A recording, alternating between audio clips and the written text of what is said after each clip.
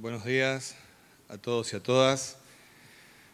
Vamos a proceder a brindar el parte informativo número 339 correspondiente al día 11 de febrero del 2021 del Consejo de Atención Integral de la Emergencia COVID-19 creado por decreto del Poder Ejecutivo Provincial número 100 del año 2020, ratificado por ley 1697 de la Honorable Legislatura Provincial. 1. En las últimas 24 horas se han realizado 2.116 test de vigilancia y búsqueda activa de casos, arrojando 6 de ellos resultados positivos a coronavirus, correspondiendo estos a Clorinda, 4, todos consultas por síntomas. Formosa, 2, ambos búsqueda activa en terreno. 2. En el día de la fecha debemos informar la triste noticia del fallecimiento de Saturnina, una vecina de la ciudad de Clorinda de 62 años, esposa de un hombre que había fallecido por la misma causa en el mes de enero.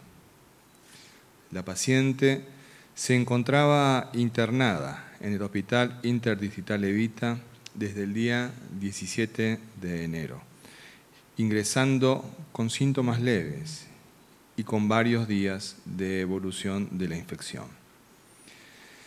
Desmejoró en pocas horas, requiriendo asistencia respiratoria mecánica hasta el día 31 de enero. Inició su recuperación, continuando en terapia intensiva con requerimiento de oxígeno, y en el día de ayer sufrió un paro cardiorrespiratorio que produjo su fallecimiento. Expresamos nuestras más sentidas condolencias a los familiares y seres queridos de Saturnina. 3.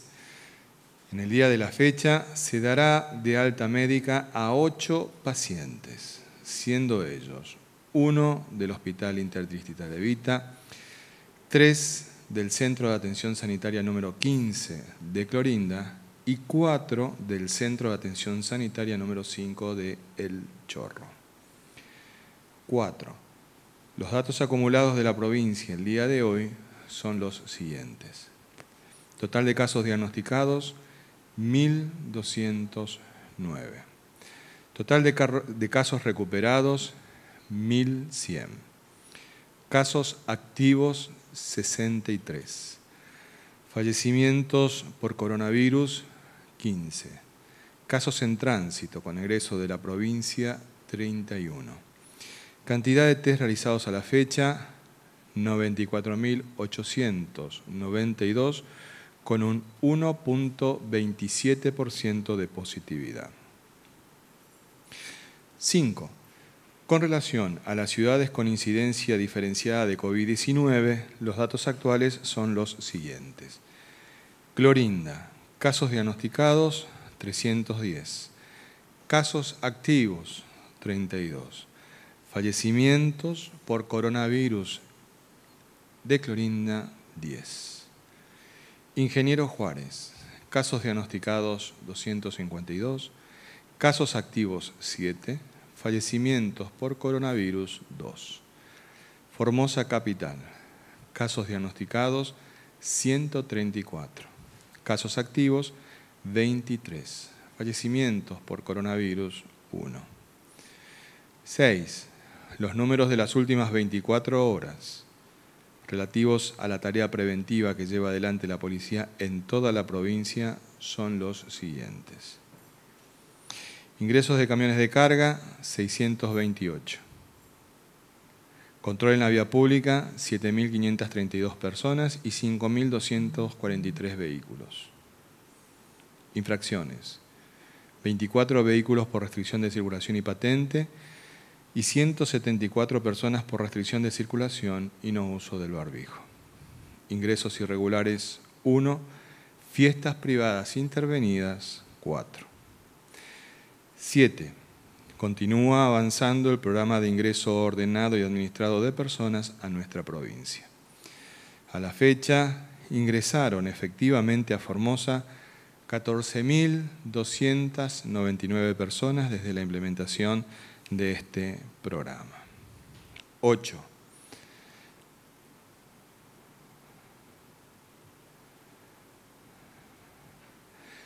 Informamos que a la fecha han cumplido su cuarentena 22.065 personas en toda la provincia, ya sea por ingreso administrado a nuestro territorio, por haber sido contacto estrecho de un caso positivo previo.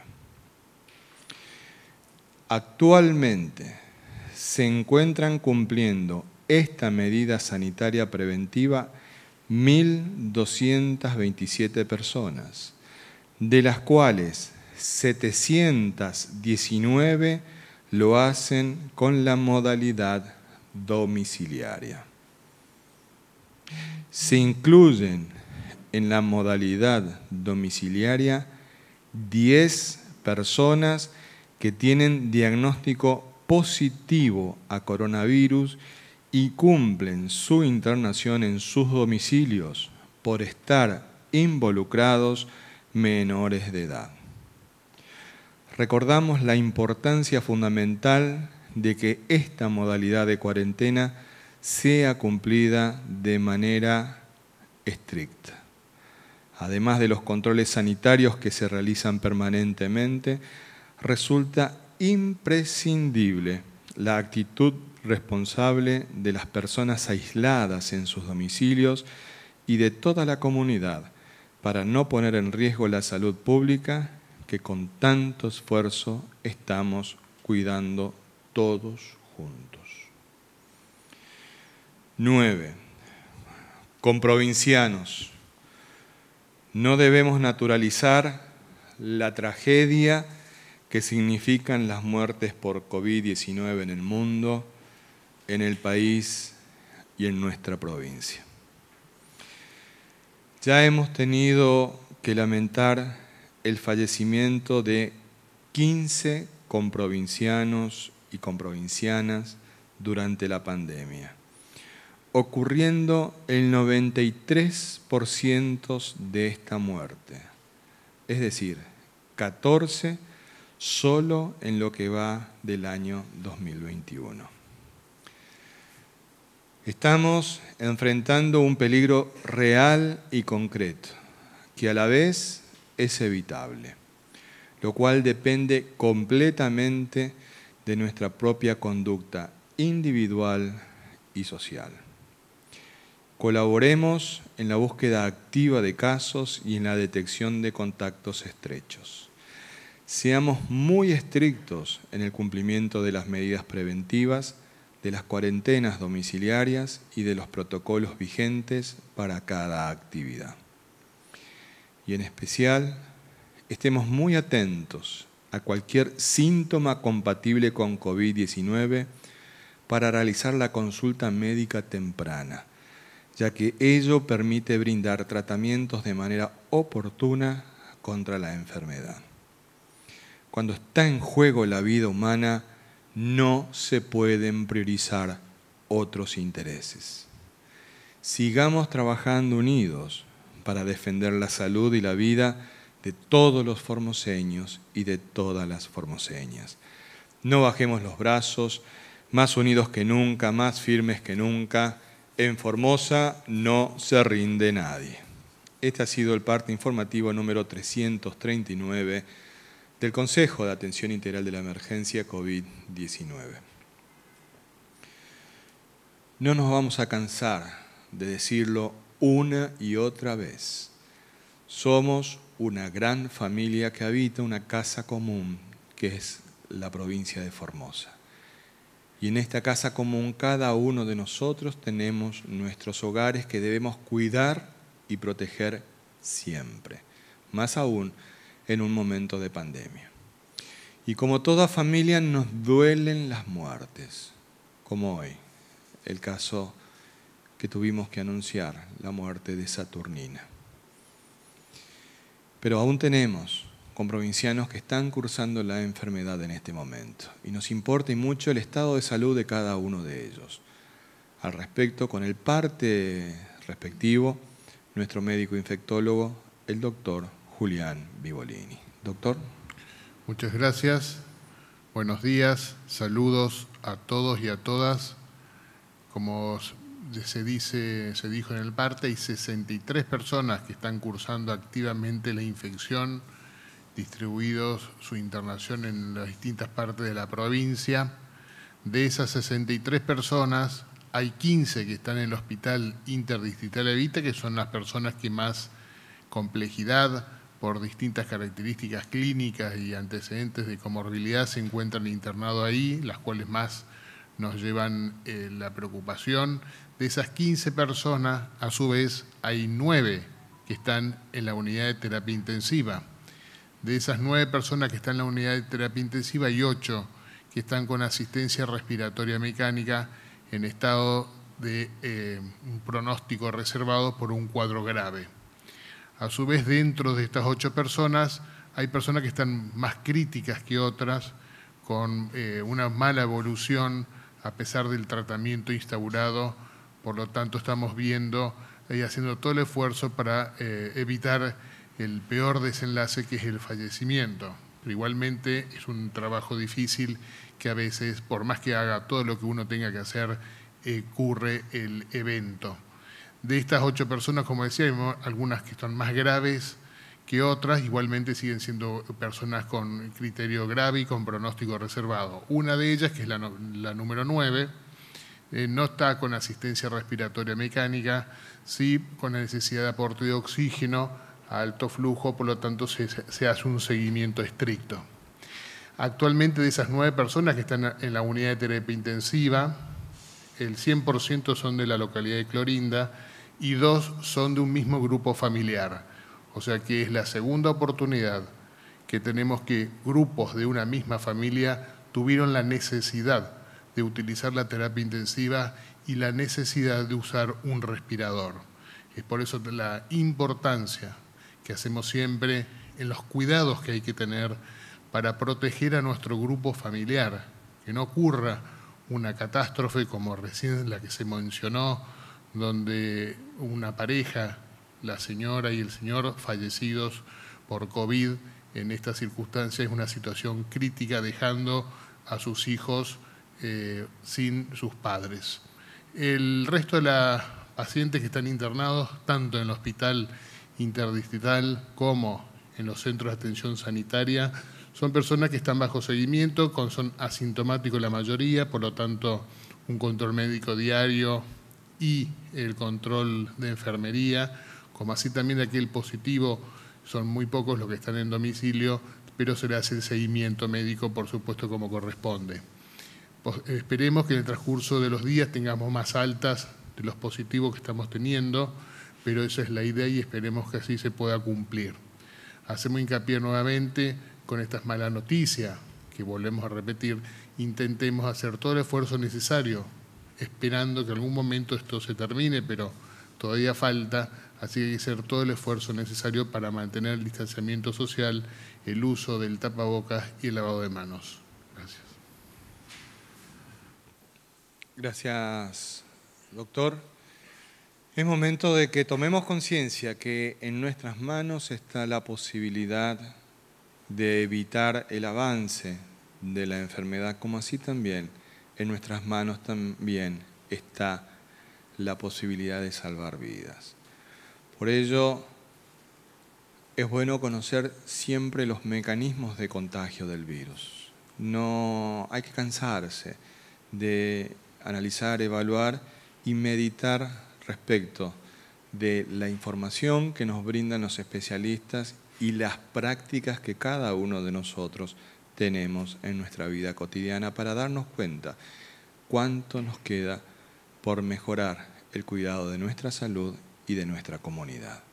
Por ello, con el contagio de coronavirus, nuestro médico epidemiólogo, el doctor Mario Romero Bruno, nos brindará una explicación exhaustiva. Doctor. Buenos días, formoseñas, formoseños. Bueno, siempre vamos a estar insistiendo, repitiendo, hasta el cansancio, de todas las medidas que necesitamos tener en este tiempo para cuidarnos nosotros y poder evitar no solo contagiarnos, sino también contagiar a nuestros seres queridos. Nos duele, la sentimos realmente a cada uno de los fallecidos que hemos tenido en estos días, fundamentalmente este año, 14 personas que han fallecido en un mes y medio, y realmente no queremos que siga ocurriendo esto. ¿Se puede prevenir? Sí, se puede prevenir. Se puede prevenir si adquirimos estos conocimientos y los llevamos a la práctica. Está el conocimiento y la acción, está el saber y el hacer. Entonces, en esto vamos a seguir insistiendo cómo cuidarnos y quiénes son las personas que fundamentalmente están más expuestas. Se puede contagiar todos por igual, estamos todos expuestos al contagio. Si es así, realmente, bueno, tendríamos que saber cómo cuidarnos con más cuidado, justamente con más detalle. Entonces, en esta ilustración, que tiene que ver con un ejemplo de una serie de contagios que se dieron en Estados Unidos, que analizó el rastreo de contagios y se ve cómo realmente a partir de una persona, la cantidad de personas que pueden ser afectadas. Así que vamos a analizar esto y realmente con esto seguimos aprendiendo más del virus y cómo prevenir. Uno de los eventos en los que se propaga el virus fundamentalmente son las concentraciones de personas, donde hay más personas involucradas en un mismo lugar, en un mismo tiempo, hace que lógicamente la exposición al virus sea mucho mayor. Entonces, en esta situación se analizaron varias circunstancias.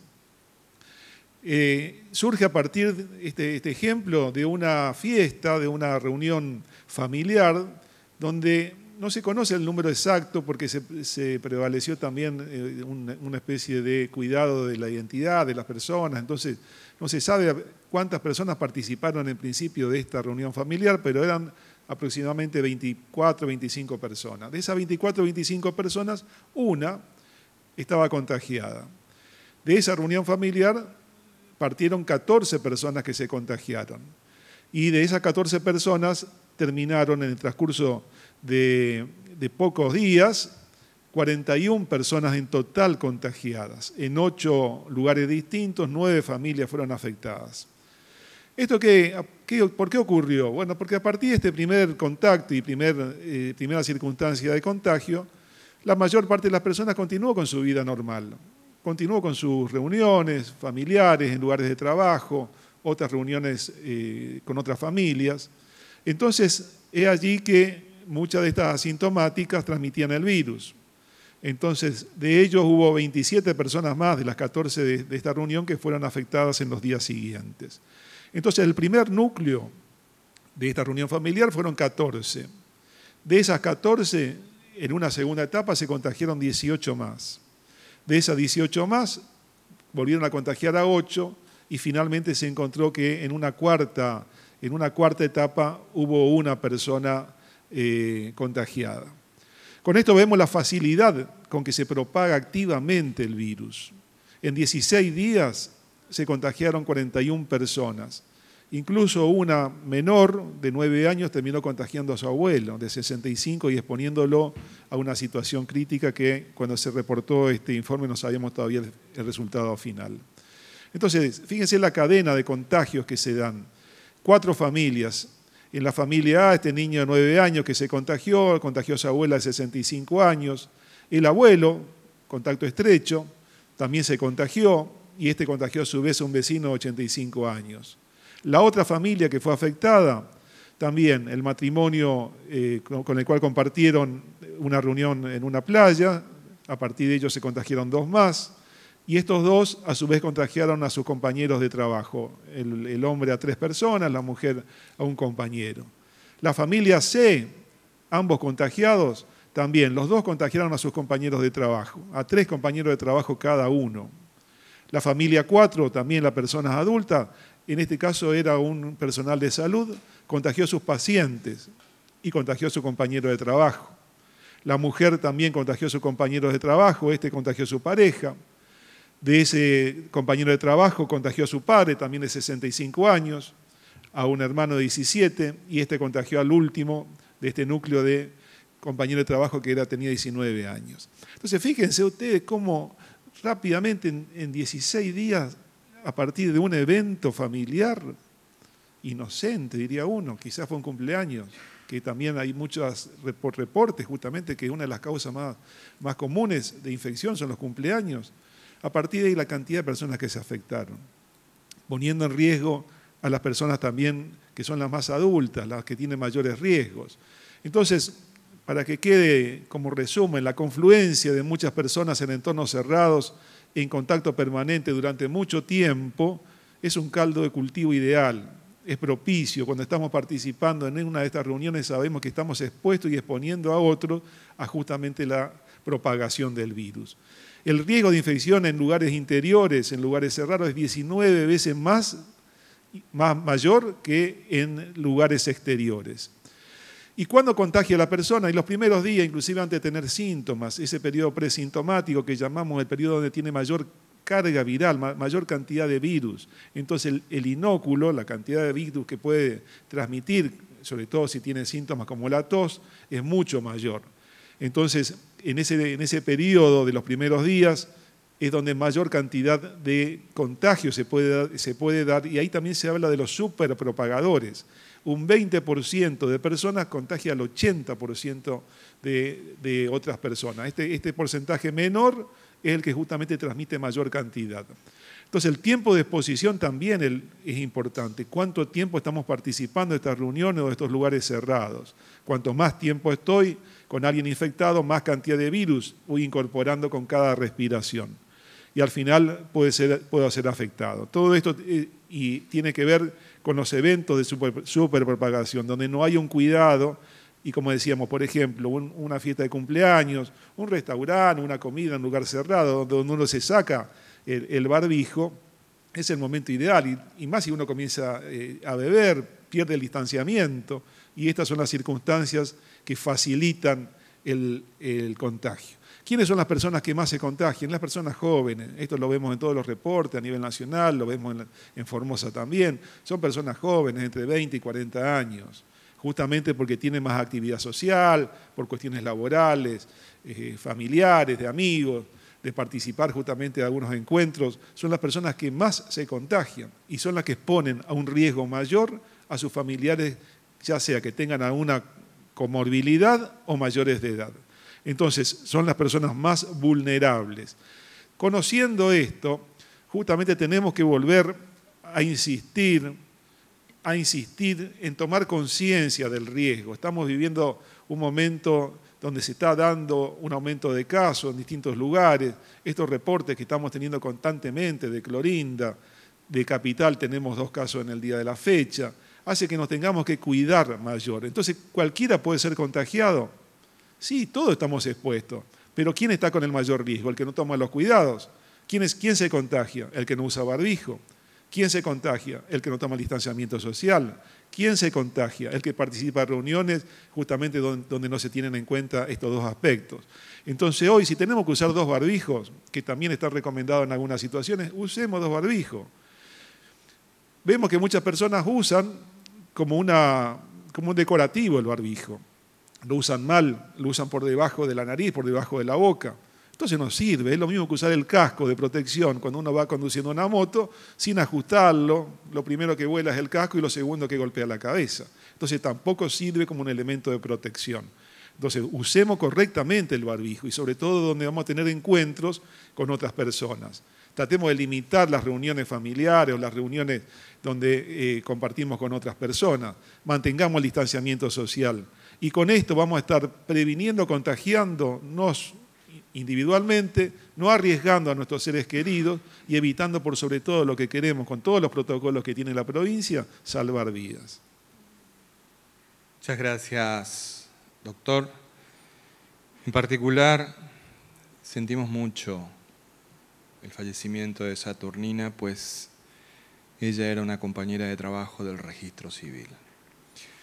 Y en nombre de todos sus compañeros de trabajo, que son los míos, pues el registro civil depende del Ministerio de Gobierno, queremos volver a expresar nuestro más sentido pésame a la familia. Ahora sí vamos con las preguntas que los señores y las señoras periodistas de la capital y del interior de la provincia han formulado. Señora Dolores, por favor. Buenas tardes. La primera pregunta es de Alejandro Espinosa, Diario La Mañana y Radio Viva. Supimos que autoridades provinciales y de la Defensoría del Pueblo se reunieron con referentes de los cortes de ruta. Queremos saber qué se debatió con ellas y si esperan llegar a un acuerdo, teniendo en cuenta que ya son 3 días de conflicto. Nosotros hemos tenido siempre una conducta muy clara respecto de situaciones de estas características. Nosotros siempre estamos abiertos al diálogo, siempre. Ahora, el diálogo también requiere una relación de confianza y ciertamente el llevar adelante una medida de fuerza de las características que están teniendo esta medida de fuerza nos ayuda a crear un ambiente de confianza para poder arribar a acuerdos. ¿Cuál es la situación? Nosotros tenemos como provincia una política social muy clara y que los invitamos a que miren en otras provincias si tienen algo similar. Fíjense la situación de los módulos. Los módulos no los empezamos ahora. La política social que viene llevando adelante el gobernador Infran ya desde hace muchos años está centrada en darle a quienes tienen la inseguridad material y jurídica porque están ocupando un terreno que es propiedad de otra persona, es decir, en algunas situaciones de usurpación, tienen una inseguridad de carácter jurídico. Y trabajamos también para superar la situación de inseguridad material, porque ciertamente muchas de estas personas vivían en una situación de construcciones muy precarias. Entonces, a partir de esa situación, estamos hablando del año 2003, 2004, fíjense, estamos en 2020, esto lo empezamos hace muchos años, el gobernador lo empezó a hacer hace muchos años atrás. Se orientó a atender este tipo de situaciones. Muchas veces se enojan cuando nosotros hablamos del modelo formoseño. Pues bien, esta es una política propia del modelo formoseño de dar una solución integral a las personas. Entonces arrancamos, por instrucciones del gobernador Infran, en trabajar esta temática. Entonces las primeras experiencias fueron las de ir construyendo en distintos lugares, para lo cual previamente se tuvo que adquirir terrenos. A esos terrenos que se fueron adquiriendo se le tuvo que brindar los servicios, esto es, agua y luz. Ni mencionar, obviamente, todo lo que significa la inversión del amanzanamiento y la división de los terrenos. Terrenos 10 por 20. Y ahí arrancamos las experiencias. Recordarán ustedes en aquel entonces distintas situaciones, pero la más emblemática fue la del Porvenir, la del barrio El Porvenir. No la del IPB que está adelante, sino la de los módulos que están detrás del barrio El Porvenir, en el que nos permitió una primera experiencia. Arrancamos con una experiencia de autoconstrucción, arrancamos con aquella experiencia de ver si funcionaban las tejas de palma, y después fuimos modificando toda esa concepción, adecuándola, porque siempre tenemos que tener en cuenta que las políticas del gobierno de la provincia son dinámicas, acompañando el proceso tanto de la comunidad como también de la situación contextual en la que estábamos todos. Se da el gran impulso a partir de la firma del acta de reparación histórica, en la que todos los formoseños somos conscientes de que el modelo que veníamos transitando adquiere un impulso de toda la planificación que teníamos para desarrollar a partir de esa decisión del presidente Néstor Kirchner de comprender la situación de Formosa y evidentemente trabajar de manera equitativa para solucionar las históricas asimetrías que muchos todavía se niegan a mirar. Avanzamos con eso. Recordarán ustedes que en una de las inundaciones los módulos del Porvenir fueron asignados a personas afectadas por las inundaciones, solucionando muchas situaciones de estas características y así fuimos avanzando. Recordamos en particular nosotros un acto en el que uno de los beneficiarios, cuando recibe el módulo, se sentía tan contento porque en su discurso él dijo que se sentía orgulloso porque por fin tenía un domicilio para poder exhibir en su documento y que lo llenaba de orgullo. Y eso es la dignificación de las personas.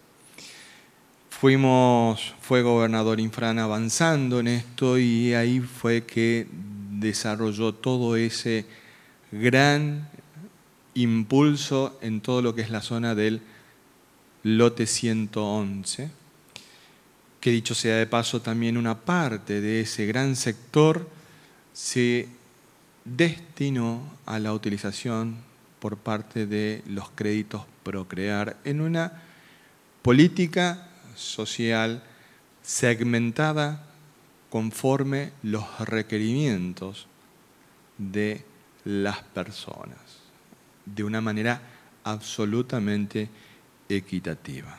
A quien más necesitaban, más se le daba, a quien menos necesitaban, menos se le daban, pero de una manera equitativa, porque también hay que tener en cuenta de que esta política de carácter social también tenía una característica. La entrega de los terrenos en el Procrear fue también para combatir la especulación inmobiliaria. Llegamos a esta situación en la que hoy estamos, que también nos rememora alguna situación ocurrida años atrás, cuando un determinado movimiento social que hoy volvió a aparecer después de mucho tiempo, nos realizó un acampe frente al Ministerio de la Comunidad. La política pública está, pero la política pública está para ser ajustada a las necesidades de las personas que requieren esa ayuda solidaria del Estado.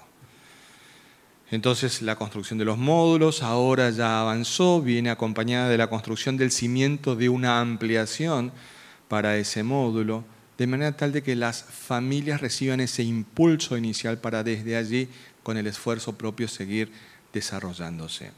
Lo que no podemos entender entonces es que con una política de carácter social, habitacional, tan activa, existan sectores que fogoneen este tipo de situaciones, porque por las buenas vamos a avanzar siempre, pero por las malas no vamos a poder. Ya les conté el día de ayer de ese intento de acuerdo que quisieron hacer con Gendarmería Nacional de que dejamos pasar 5 camiones y ustedes nos entregan 5 módulos. Eso no. Eso suena más a extorsión, pero además con una situación. Están claramente definidas las listas de prioridades para poder acceder a estos beneficios que otorga una política social de carácter inclusivo, como se viene llevando adelante el gobierno de la provincia.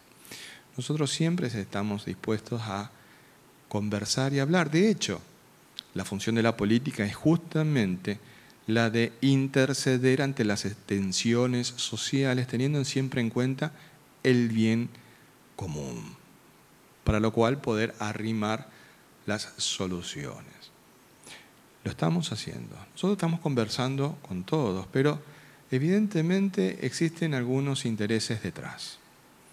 Insistimos con una idea que señalamos en el día de ayer. ¿Quién está brindando la logística? ¿Quién está brindando la logística para el sostenimiento de estos cortes? ¿quién está realizando la articulación? Porque somos grandes todos, no le faltamos el respeto de ninguna manera a quienes están mirando. Pero se imaginan que hacer simultáneamente todos estos cortes en la ciudad de Formosa evidentemente requiere una articulación. No es por generación espontánea. ¿Quién están articulando? ¿Quién va a recorrer aquel barrio, aquel barrio, aquel barrio? Y cuando uno empieza a hablar con la gente, todos señalan nombres que llamativamente van siendo repetidos en los distintos grupos. Como así también los mismos vehículos que llevan la mercadería. Claro, no se acercan a los cortes, pero sí están a un costado, están un poco más allá. Y tenemos gente que está participando de, por ejemplo, un cargo de concejal. Entonces, basta con mirar este tipo de cositas, conversar un poquitito con la gente que está llevando adelante esta medida, algunos con un interés legítimo, obviamente, para darnos cuenta que hay detrás de todo esto otras intenciones y otras movidas. ¿Cuál es la decisión del gobierno de la provincia? Continuar avanzando. El ministro Gómez ayer fue muy claro, muy contundente en todo lo que fue señalando, en el sentido de que las políticas públicas del gobierno de la provincia de Formosa están destinadas a mejorar la calidad de vida de los formoseños y de las formoseñas. Esto implica también una corresponsabilidad por parte de quienes se sienten beneficiarios de esta y legítimamente pueden llegar a tener el derecho en el modelo formoseño de acceder a esto, pero requiere también el cumplimiento del respeto de las normas que se han fijado para ser muy equitativos en llevar adelante estas soluciones para quienes más lo necesitan. Siguiente pregunta, por favor. Esta pregunta es de Ángel Blasich, del diario Norte Formosa. Para el ministro González. Al día de hoy, ¿cuántas personas ingresan por el programa ordenado y cuántas quedan por ingresar? Bueno, la verdad es que esto es dinámico, todos los días hay gente que se inscribe y gente que se baja de las inscripciones. Para que seamos concretos día a día, nosotros tenemos la lista de ingresos y para el día de hoy, ya le digo, señor Blasich, para el día de hoy tenemos previsto el ingreso de 405 personas, solamente para el día de hoy. El día de mañana se está trabajando, ya tiene una base, pero el día de mañana todos los días tenemos nosotros. Pero todos los días esto es dinámico. Todos los días hay gente que se inscribe, pero también todos los días hay gente que se da de baja en las inscripciones. Esto es muy dinámico, con todos tenemos contacto telefónico y a todos le damos fecha cierta.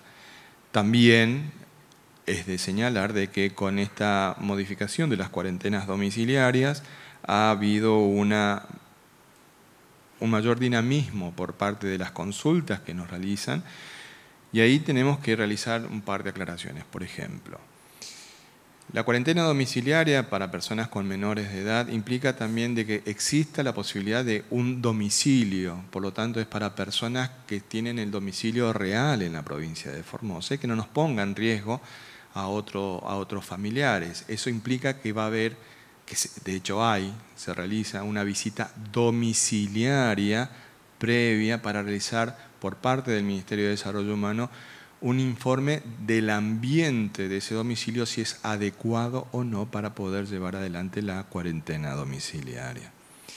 Esto no implica ninguna valoración, esto implica simplemente la de tener los debidos cuidados para que esta medida sanitaria sea segura para las personas que la van a realizar, pero también para la situación contextual de los vecinos. Imagínense ustedes la preocupación de un vecino sabiendo de que en la casa de al lado están haciendo una cuarentena domiciliaria. El vecino quiere tener también su garantía de seguridad y la entendemos. Recuerden ustedes, de aquel periodista que rápidamente se quejó de que habían personas que aparentemente estaban haciendo cuarentena al lado de la casa de sus padres. Y con legítimo interés planteó su preocupación y la expresó su preocupación porque sus padres son mayores.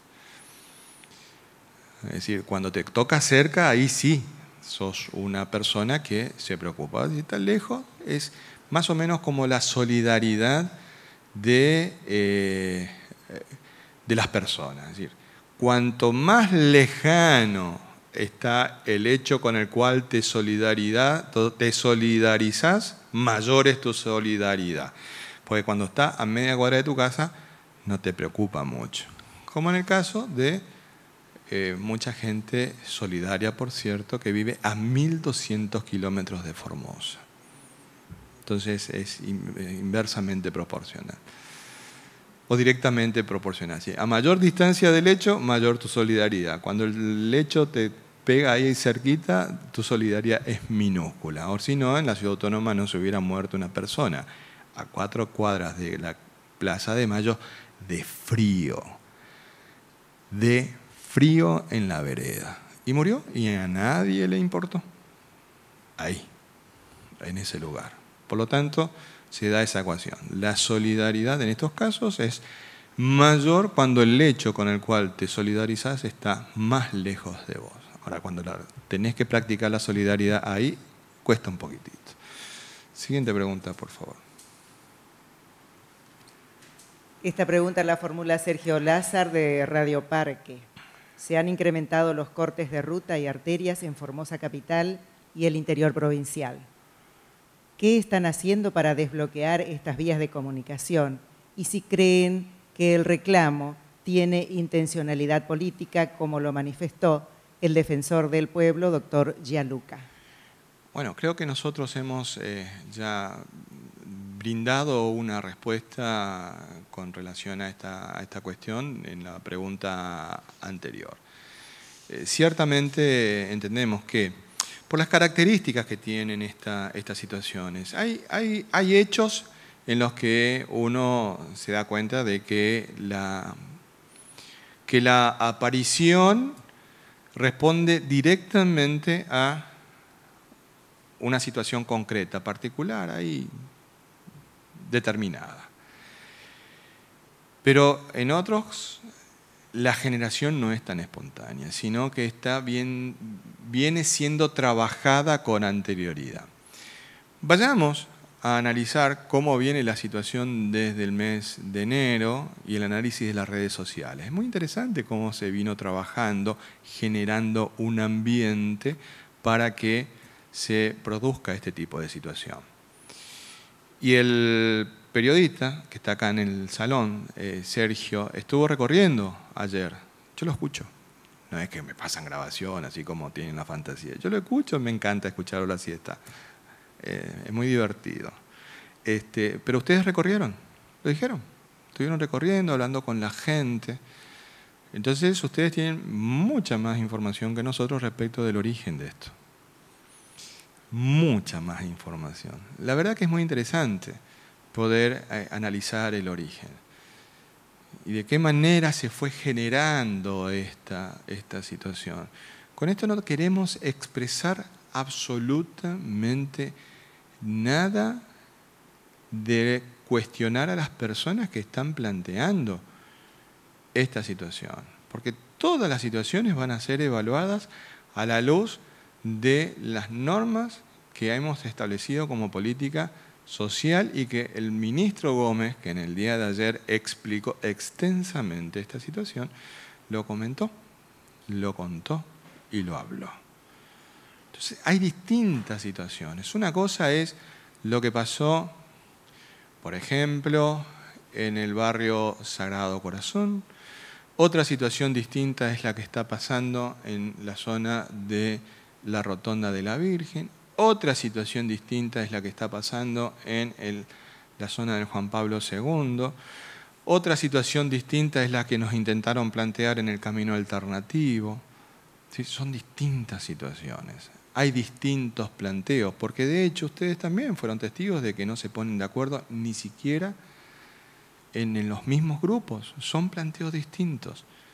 Son planteos distintos. Es muy interesante también ver cómo entre los distintos grupos discuten sus distintas posiciones. Hay aquellos que quieren sentarse a dialogar y aquellos que no quieren sentarse a dialogar. Ni siquiera existe una homogeneidad en cuanto a los reclamos. Sí existe un sincronismo. Sí existe un sincronismo llamativo. Por eso es bueno también conocer la génesis de esto. ¿Quién estuvo recorriendo los distintos grupos? Hoy nos quisieron también realizar un corte en el barrio San Antonio. Llamativamente se desarticuló después de que alguien fue a conversar con este grupo de personas. Es muy interesante ver esto. Pero además no es ningún secreto, está en las redes sociales. Van a tener la fantasía mucho de decir, oh, mira, González lo está vigilando. No, si está en las redes sociales. Hoy las redes sociales son un reflejo de muchísimas cosas de las que están pasando. Muchísimas cosas. Y los mismos vecinos te van comentando, contando de todo lo que está sucediendo y de quiénes son las camionetas que llevan mercadería, traen mercadería, llevan gente o no llevan gente. Es muy interesante ver toda la dinámica que se está desarrollando alrededor de estas cuestiones. Como gobierno de la provincia, ¿qué hacemos? Continuamos trabajando para solucionar los problemas concretos de la gente, con una premisa. Nosotros no estamos en campaña electoral. El gobierno de la provincia no está en campaña electoral. Quienes están en campaña electoral tienen muy poca responsabilidad institucional en este momento para dar soluciones. Están buscando votos. Están buscando votos. Nosotros tenemos la responsabilidad institucional de llevar adelante los destinos de esta provincia por 4 años. Bueno, en realidad el gobernador Infran fue el que recibió ese mandato del pueblo y nosotros lo acompañamos al gobernador Infran con las responsabilidades que él nos delega como ministros en este momento para actuar en estas situaciones. Pero el pueblo de Formosa confió en él y él continúa trabajando para brindar las soluciones. Por ejemplo, poco se habla, muy poco se habla, pero con todas las obras que hemos realizado hoy, por ejemplo, Pirané no tiene problema de aguas. ¿Se acuerdan cuando estaban algunos diputados de la oposición diciendo de que llega el agua por una cuneta, que tiene mal olor? Yo me acuerdo de esas cosas.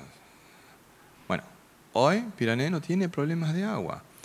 ¿Por qué? ¿Llovió en Pirané? No, porque todo el sistema que hemos ido trabajando nos permitió brindar y dotar agua a Pirané. O, por ejemplo, nadie habla de que hoy el Río del Norte está muy activo por todas las obras que hemos venido realizando en el río Pilcomayo para que las aguas del río Pilcomayo ingresen a nuestro bañado de la Estrella y desde allí alimentemos al Río del Norte. Por ejemplo, el periodismo muchas veces se olvidan esos pequeños detalles, como que, por ejemplo, hemos tenido una gran sequía en todo el interior de la provincia y hoy estamos trabajando para continuar brindando soluciones, como las obras que hemos resuelto en Lugones para mejorar el traslado del agua del Río del Norte y cómo manejamos los recursos hídricos en la provincia.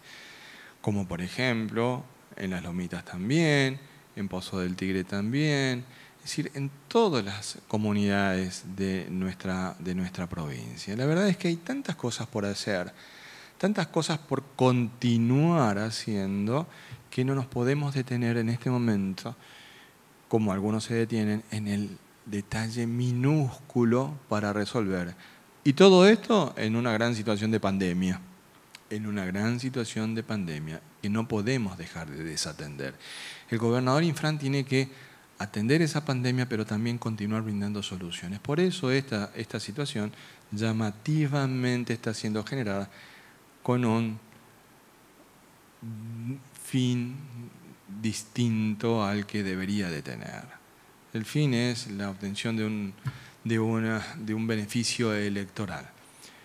Y la verdad es que usar gente para esa situación nos parece un poco ruin, porque la gente es la que está dando la cara, no lo que están movilizando detrás. Siguiente pregunta, por favor. La última pregunta es de Alejandro Richard, de Radio Nacional Formosa y Radio Nacional Las Lomitas. ¿Cómo son los controles médicos a quienes están haciendo la cuarentena domiciliaria y si son casos leves o asintomáticos? La cuarentena domiciliaria, hay dos tipos de cuarentena domiciliaria, aquel que es negativo, entre comillas, o sea, potencialmente puede ser positivo, aquel contacto estrecho o aquella persona ingresante a la provincia. Es un tipo de internación domiciliaria y está relacionado principalmente a aquellos grupos familiares que tengan niños o personas mayores de 60 años o con factor de riesgo, alguna comorbilidad severa que justifique su internación domiciliaria en estos casos donde inicialmente son negativos, pero por cuestión de contacto estrecho o de ingreso a la provincia van a domicilio.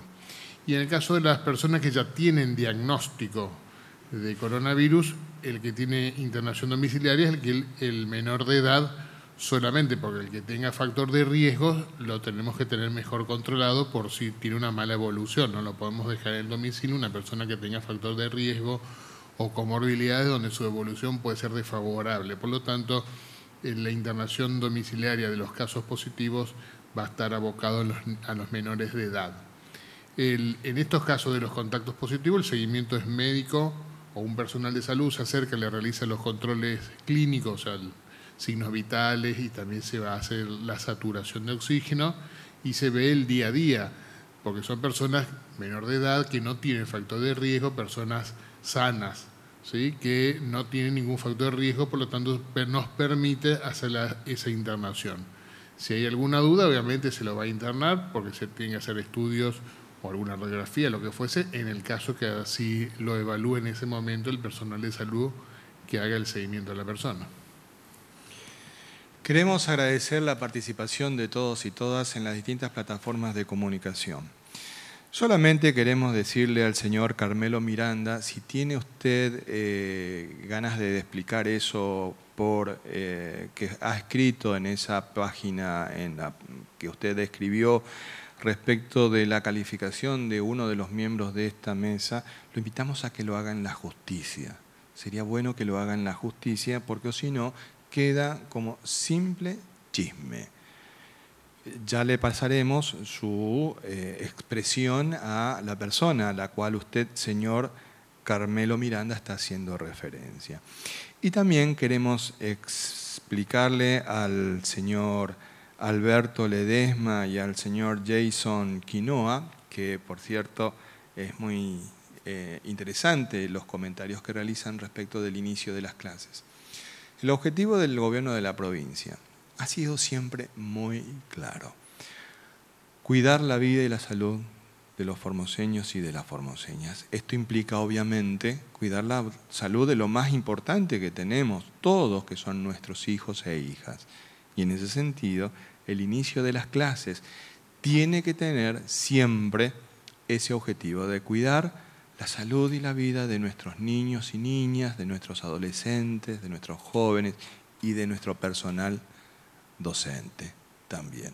Por eso, las clases inician el 2 de marzo y depende de la situación epidemiológica, estas van a ser semipresenciales o virtuales, como nos lo señalara en más de una oportunidad tanto el gobernador como el ministro de Educación. Y que también es bueno recordar que dependen de los acuerdos que se realicen en cada uno de los establecimientos escolares, en los que están los docentes, obviamente, pero también están los niños, las niñas, nuestros jóvenes educandos, pero también están los padres participando. Por eso, este es un proceso que tenemos que realizar juntos. No es que el Estado viene e impone algo, sino que juntos tenemos que trabajar para empoderarnos cada uno de nosotros en este marco de la nueva normalidad que nos exige que cada uno de nosotros seamos protagonistas. ¿Por qué? Porque en nuestras manos, en nuestra responsabilidad individual, está la construcción de la responsabilidad colectiva que nos va a permitir cuidar la vida y la salud de todos y todas.